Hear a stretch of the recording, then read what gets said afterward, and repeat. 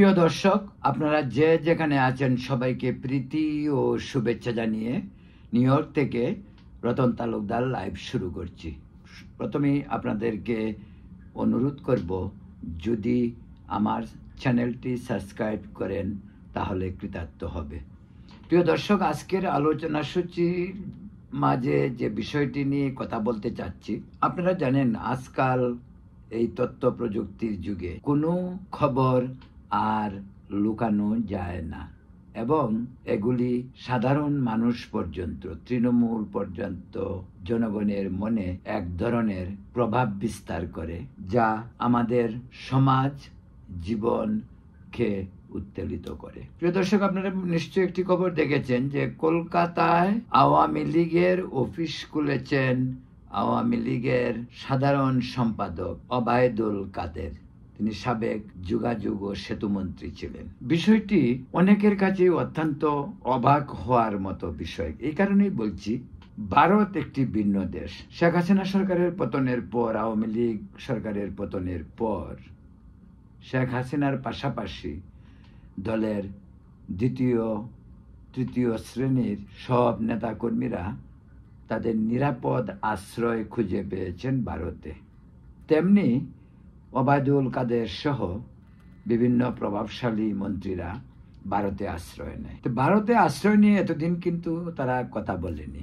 গোপালগঞ্জের জনগণ যেভাবে বিদ্রোহ করে, সেই বিদ্রোহের পরে মনে হয় যেন আওয়ামী লীগের পালিয়ে যাওয়া এসব কাপুরুষ নেতারা কি করেছে, এখন গর্ত থেকে বের হয়ে মুখোশ ছেড়ে মানুষের কাছে আসতে চেষ্টা করছে। কিন্তু প্রশ্ন যদি করা হয় যে এই আওয়ামী লীগের নেতারা কতটুকু জনপ্রিয়, এবং ওরাই শেখ হাসিনাকে পথে বসিয়েছে, বঙ্গবন্ধুকে অপমানিত করেছে। শেখ হাসিনা চোর একথা বলা হচ্ছে, কিন্তু শেখ হাসিনা কতটুকু চোর? ব্যক্তি হাসিনা কি চোর? শেখ হাসিনাকে চোর বানিয়েছে এই সব ওবায়দুল কাদের, দরবেশ, কামাল, হাসান মাহমুদ সহ যে সমস্ত অতি উৎসাহী আওয়ামী লীগ। তারা আওয়ামী লীগের ভিতরে যারা রাজাকার ছিল, যাদেরকে রাজাকারদের লালন পালন করেছে, কথাটি এই কারণেই বলছি, এইসব প্রভাবশালী আওয়ামী লীগাররা পয়সার বিনিময়ে, টাকার বিনিময়ে ওরা জামাত এবং স্বাধীনতা বিরোধীদেরকে আওয়ামী লীগে ঢুকিয়েছে। শুধু ঢুকিয়েই ক্লান্ত হয়নি, তারা সরকারি চাকরি পর্যন্ত দিয়েছে, ইনক্লুডিং সেনাবাহিনীতে জামাতের অনেক লোক আছে। জামাতের লোক থাকা দোষের বিষয় বলছি না, জামাতের লোক থাকতেই পারে, ভিন্ন ধর্মের লোক থাকতেই পারে, ভিন্ন মতের লোক থাকতেই পারে, কিন্তু ওরা আওয়ামী লীগের আমলে এইসব প্রভাবশালীরা টাকার বিনিময়ে এইসব স্বাধীনতা বিরোধী সহ বিভিন্ন দল মত পদের লোকজনকে ওই সরকারি পদের থেকে শুরু করে সর্বত্র তারা পুনর্বাসিত করেছে। প্রিয় দর্শক, কথাটি এই কারণেই বলছি, আওয়ামী লীগ ফিরে আসবে না অনেক বড় বিতর্ক, এ নিয়ে অন্য প্রসঙ্গে আলোচনা করা যাবে। কিন্তু হঠাৎ করে আওয়ামী লীগের অফিস খোলা কলকাতাতে, কলকাতা ভারত একটি ভিন্ন দেশ, এটা কতটুকু সমীচীন? আজকে তারা আত্মরক্ষা করেছে, ভারতে পালিয়েছে, প্রতিবেশী দেশ, স্থলপথে আসা যাওয়া করা যায়, হইতেই পারে ন্যাচারালি। ওবায়দুল কাদের কেন, তার মতো আরো অনেক। আমার তো ধারণা আওয়ামী লীগের হাজার হাজার বললে ভুল হবে, বরং লক্ষাধিক লোক ভারতে আশ্রয় নিয়েছে শেখ হাসিনা সরকারের পতনের পর, খুদ শেখ হাসিনা নিজে। তো ওই যখন অবস্থা, এই অবস্থায় এখন 1 বছরের মাথায় তারা উঠে দাঁড়াতে চাচ্ছে। দোষের বিষয় না। আমি কিন্তু একটি বিষয় আপনাদেরকে বলি, সরকার কর্তৃক আওয়ামী লীগের নিষিদ্ধ না করলেও নিষিদ্ধের যে কথা বলা হচ্ছে বা কার্যক্রম নিষিদ্ধ হচ্ছে, আমি তার বিরোধী। এই কারণে আওয়ামী লীগ মুক্তিযুদ্ধের পক্ষের দল। আওয়ামী লীগের নেতৃত্বে মুক্তিযুদ্ধ হয়েছে। দুষ করেছে শেখ হাসিনা, দুষ করেছে আওয়ামী লীগের শেখ হাসিনাকে ঘিরে রাখা তাদের সিন্ডিকেট। আওয়ামী লীগের দোষ কি? তারা আওয়ামী লীগের ব্যানার ব্যবহার করেছে, তার যেহেতু দলটি আওয়ামী লীগ। তাদের সবচেয়ে বড় অন্যায় কাজ যেটা করেছে আওয়ামী লীগ বা শেখ হাসিনা, সেটা হলো জাতির মহানায়ক, মুক্তিযুদ্ধের স্থপতি, জাতির জনক বঙ্গবন্ধু শেখ মুজিবুর রহমানকে দলীয়করণ করে বঙ্গবন্ধুকে অপমানিত করেছে তারা। এই অপমানের গ্লানি ওদের আছে কিনা জানি না, কিন্তু মুক্তিযুদ্ধের চেতনার কোটি কোটি মানুষ এই গ্লানি বহন করছে। তারা ভিতরে ভিতরে খুব হতাশা, কারণ বঙ্গবন্ধু নিয়ে প্রশ্ন নেই। বঙ্গবন্ধু সকলের ঊর্ধ্বে, বঙ্গবন্ধু জাতির শ্রেষ্ঠ সন্তান। বঙ্গবন্ধুকে কলঙ্কিত করেছে তার কন্যা শেখ হাসিনা, বঙ্গবন্ধুকে কলঙ্কিত করেছে আওয়ামী লীগের এইসব চাটুকার নেতা যারা শেখ হাসিনাকে ঘিরে রেখেছিল। বাই দ্য ওয়ে, আরেকটি বিষয় আপনাদেরকে বলতে চাই, দেশ, রাষ্ট্র, আইন, সংবিধানের প্রতি যদি সম্মান বোধ থাকে, তাহলে কিন্তু দেশের বাইরে কিন্তু আমাদের দেশের প্রচলিত রাজনীতির কোনো রাজনৈতিক দলের কর্মকাণ্ড দেশের বাইরে চলতে পারে না, সেটি এক্সট্রিমলি নিষিদ্ধ। নির্বাচন কমিশন সেই বিষয়টি নিষিদ্ধ করেছে দেশের বাইরে। আমাদের দেশের টেরিটরির বাইরে আমাদের দেশের প্রচলিত রাজনীতির কোনো শাখা প্রশাখা থাকবে না। এবং বিষয়টি এমন, যে সমস্ত দেশে, বিশেষ করে মধ্যপ্রাচ্য, আমেরিকা, কানাডা, ইউরোপ, যেখানে প্রবাসীরা আওয়ামী লীগ, বিএনপি করছে একেবারে নির্দ্বিধায়, বলতে পারেন যে সমস্ত দেশে তারা আওয়ামী লীগ করছে, এই সমস্ত দেশেও কিন্তু নিষিদ্ধ। যেমন আমেরিকার কথাই বলি, আমরা আমেরিকা থেকে আমরা আমেরিকার কথা বলি। আমেরিকাতে অন্য কোনো দেশের রাজনীতির শাখা, সংগঠন, কার্যক্রম চলতে পারে না, এবং এটা এক্সট্রিমলি নিষিদ্ধ। তারপরে বলতে পারেন কেন হচ্ছে, আমেরিকান সোসাইটি ওপেন সোসাইটি। আমেরিকাতে অনেক সময় গভর্নমেন্ট বাংলাদেশের প্রবাসী কতিপয় লোকজন কোন দল করছে, আওয়ামী লীগ না বিএনপি, এই সমস্ত নিয়ে আমেরিকান গভর্নমেন্ট এত মাথা ঘামায় না। আর তারা যদি মনে করে যে তারা নিষিদ্ধ করে দিবে, তারা কিন্তু করতে পারে যে কোনো সময়। এবং এটাও বলে রাখি যে আমেরিকা বা ইউরোপ বা কানাডা, যেখানে বিদেশে প্রবাসীরা বসে আওয়ামী লীগ, বিএনপি বা অন্য রাজনৈতিক দলগুলি করছে, তারা কিন্তু সরকারের হিসাব থেকে দূরে নয়।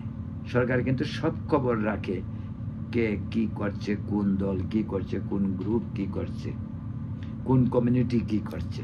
তো এটা হলো আইনগত দিকের কথা বলছি। বাংলাদেশের সংবিধান এবং বাংলাদেশের নির্বাচন কমিশনের বিধিনিষেধের আওতায় বাংলাদেশের মানুষ যারা বিদেশে বসবাস করে, তারা দেশের টেরিটরির বাইরে বিদেশে বসে রাজনীতি করতে পারবে না, করা নিষিদ্ধ এবং বেআইনি। কিন্তু আমাদের তাই হচ্ছে। এই যে ওবায়দুল কাদের, যাকে অনেকেই বলে, আমি জানি না কি বলবো, মাঝে মাঝে খুব দুঃখ লাগে আমাদের যে ওরাই আওয়ামী লীগকে ডুবিয়েছে, ওরাই বঙ্গবন্ধুকে ডুবিয়েছে, ওরাই শেখ হাসিনাকে ডুবিয়েছে। কাওয়া কাদের বলে উনি খুব পরিচিত, লোকজন রসিকতা করে, মজা করে, আড্ডায় কাওয়া কাদের নিয়ে কথাবার্তা বলে। আর এই কাওয়া কাদের, ওবায়দুল কাদের সেতুমন্ত্রী, টাকার পাহাড় করেছেন। দুর্নীতি, স্বজনপ্রীতি, নারী নীতি, এমন কোনো নীতি নেই যে যার থেকে তিনি দূরে ছিলেন। যত ধরনের অপকর্ম একজন মানুষ করতে পারে, সমস্ত অপকর্মের সঙ্গে ওবায়দুল কাদের সংশ্লিষ্ট।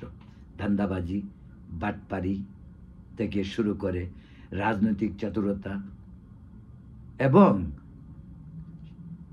শেখ হাসিনার কাছে গিয়ে শেখ হাসিনার কদমবুচি করা, সবকিছুই সে করতে পারে। চামচামি করার যত ধরনের ধান্দা সবগুলি সে করতে পারে। এটা আপনারা সকলেই জানেন, ওয়ান টু অল জানে। এটা একেবারে ঢাকা শহর থেকে আমাদের গ্রাম পর্যায়ের লোকজন পর্যন্ত জানে।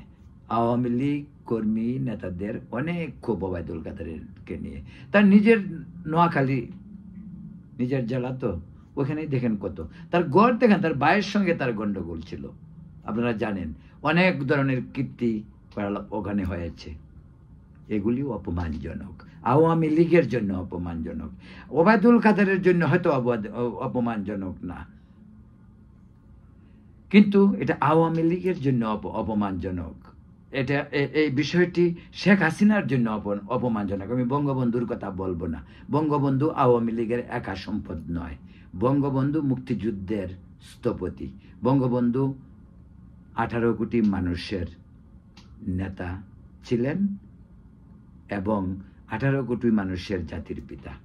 হয়তো একটি অংশ নাও মানতে পারে, তাতে কিছু আসে যায় না। 75-এ বঙ্গবন্ধুকে হত্যার পর 21 বছর পর সময় এবং জীবনের ধারাবাহিকতায় কালক্রমে বঙ্গবন্ধুর গুরুত্ব আমাদের সমাজ, আমাদের জীবন, আমাদের রাজনীতিকে উত্তেলিত করে এবং বঙ্গবন্ধু ফিরে এসেছিলেন।